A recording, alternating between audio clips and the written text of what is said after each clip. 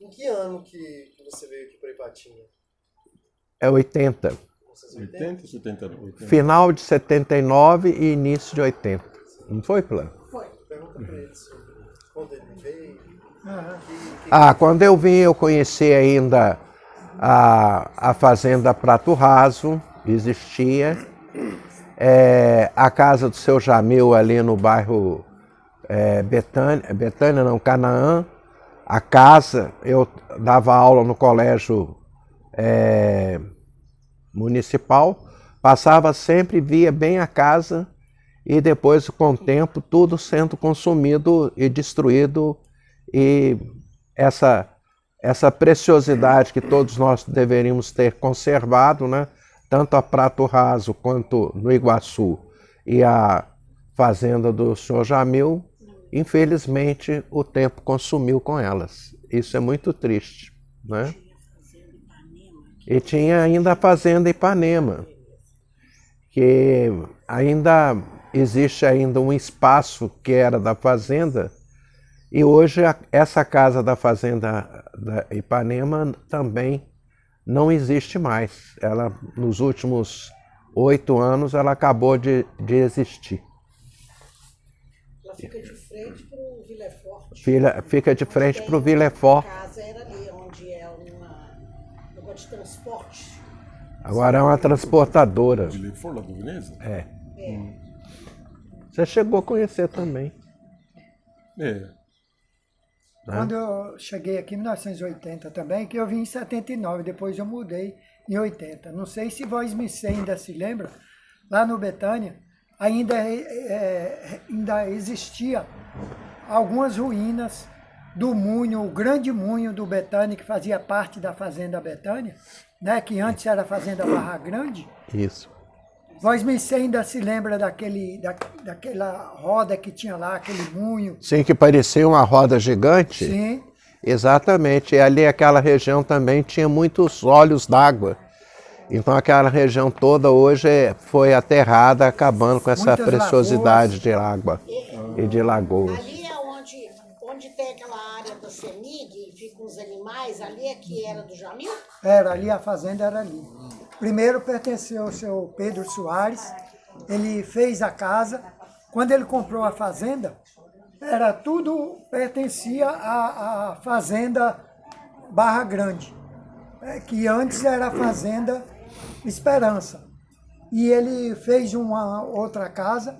Nós temos até aí no Museu Vivo ainda a foto da casa, onde as pessoas se reuniam nos domingos, quando vinha um padre, um bispo, que ia em direção a Mariana ou outras cidades, ou Caratinga, parava ali para celebrar a missa.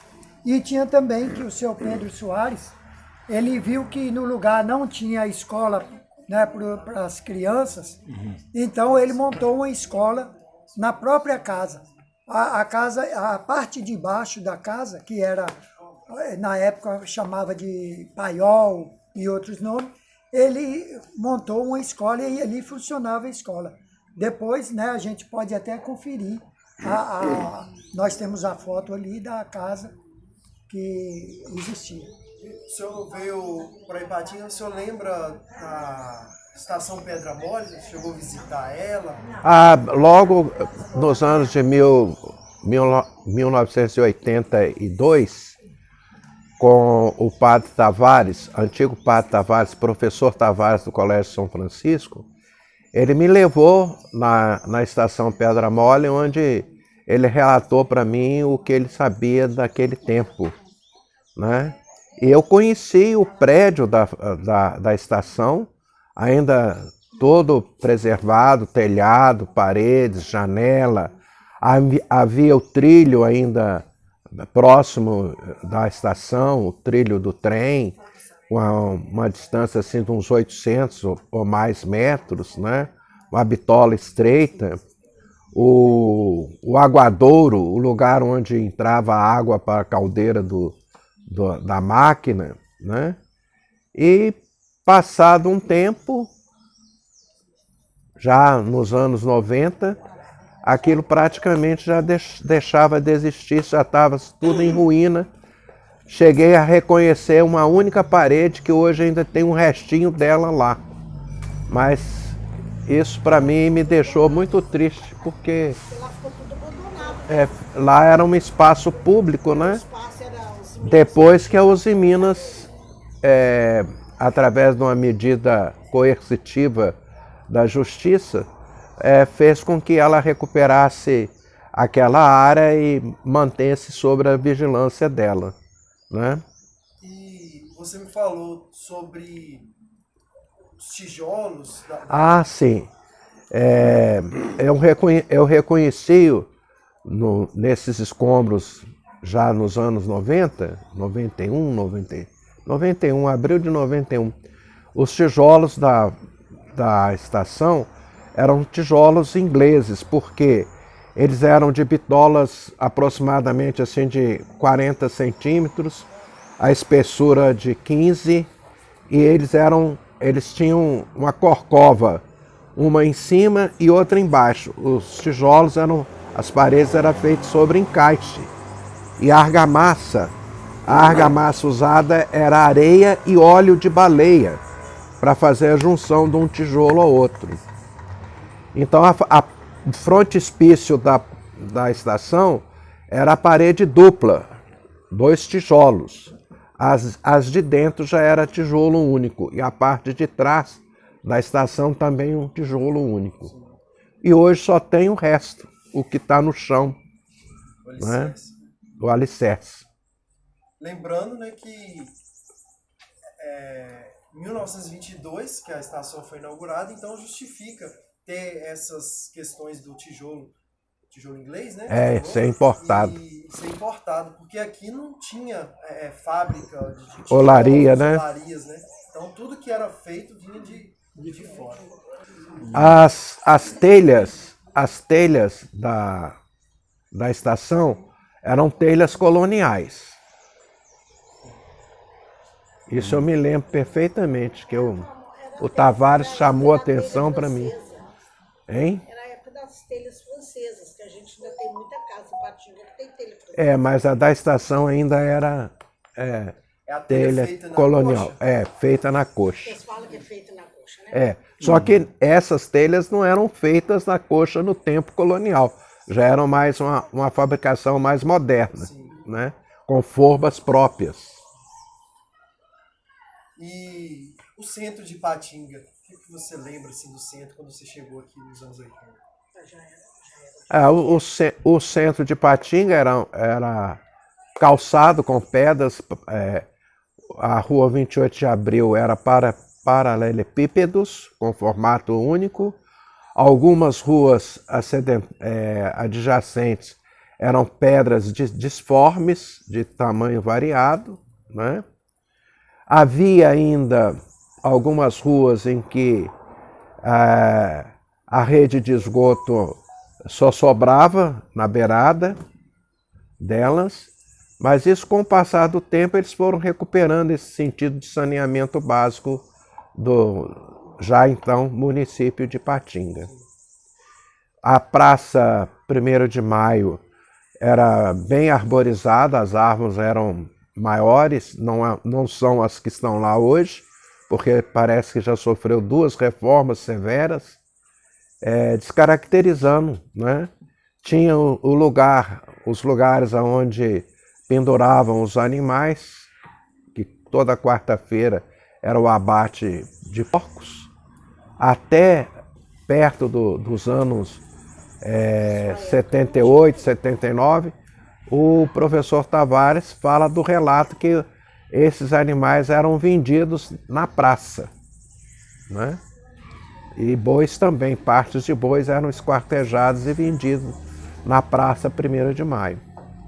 Quando nós começamos esse trabalho de coleta do acervo, que às vezes eu ia fazer alguma exposição em algum lugar, por exemplo, também nos anos 80. E eles me tratavam com muito áspero.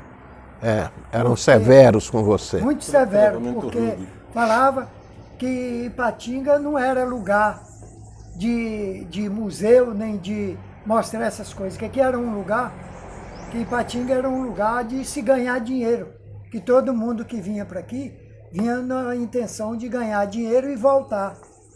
E então, aquelas peças, quando a gente procurava um secretário de educação, um prefeito, alguém, eles falavam isso com a gente, que era um lugar de trabalho e que aquilo ali eu tinha que procurar uma cidade mais antiga, uma cidade que as pessoas nasceram ali, vivem ali e vai continuar ali. E que Ipatinga não. Ipatinga não tinha espaço para esse tipo de cultura. Então, muitas das vezes, né, a gente saía decepcionado, e aí o que sobrava para a gente, né, nunca desanimei, mas procurar assim, em comunidade, fazer exposição, em festa de igreja e em alguma escola, assim mesmo combinando só com a direção da escola.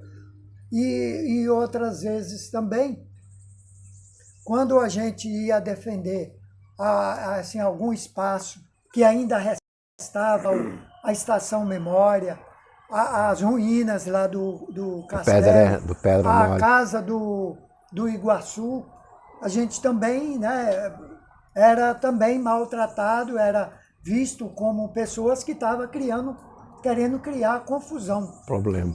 Criar problema para a cidade. Uma do que eu ouvi muito também é que a Uzi Minas tratou de acabar com aquilo porque a Uzi Minas não queria que ninguém fosse naquele espaço onde era a estação. Então a gente via relatos. Se era verdade ou não, a gente não sabia, mas eu não tinha acesso. Eu morando na periferia, então eu sempre com minha aparência humilde, era mais difícil para mim ter acesso a esses bens culturais. E quando me lembro nos anos 80, eu não falo o ano nem com quem prefeito, porque o trabalho da gente não é político, não é dizer que esse é bom ou que aquele é ruim, mas assim, às vezes o coordenador de cultura mandava eu procurar, dava o endereço para mim procurar o curral de conselho, para fazer a exposição, para mim procurar também lugar assim como o Vale do Sol, mas não lá o centro. Então, assim, muito bom que o professor aqui deu o depoimento dele, falando como era, porque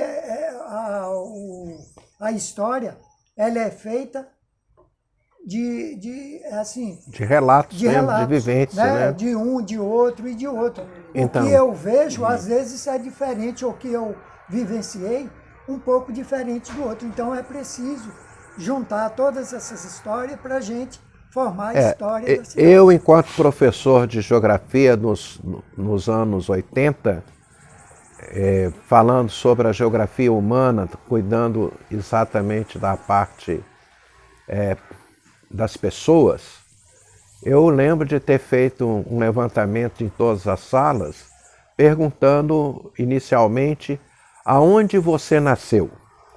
Então, num conjunto de sala, onde geralmente eram 30 a 35 alunos, você ter 6, 5, 4 que são nascidos em Ipatinga, ainda nos anos 80, é mostrar que essa terra era ocupada pelos imigrantes que aqui vieram morar, trabalhar de fato, constituir hoje o que é o município de Ipatinga. E a história parte a partir de cada um de nós. Cada um de nós tem uma história para contar. E a história que é vivida, que é sofrida, que tem marcas, né? Isso é que constitui a história do lugar. E, lamentavelmente, a visão política, ela realmente tenta sabotar essa imagem para não mostrar as realidades nuas e cruas e as dificuldades que a população passa. Elas não têm interesse nenhum nisso. E a história, enquanto ciência, vive disso. É a antropologia histórica do município de Patinga, ela tem que ser reconstruída e contada por todos que aqui chegaram e que tenham a coragem de relatar o que encontraram, né? Então, eram muitas dificuldades da área da saúde, da educação, como persiste até hoje em todo o Brasil, né? Então, isso tem que ficar bem claro, mas na verdade a gente eu trabalhei na educação 30 anos, 35 anos, né, por lá? Isso. E aí a gente veio, pelo menos eu trabalhava de manhã, de tarde, de noite, eu pude conviver com muitas pessoas e famílias que me relatavam às vezes as suas dificuldades, as dificuldades de emprego, de alimentação, de medicamentos, de cuidados, de transporte.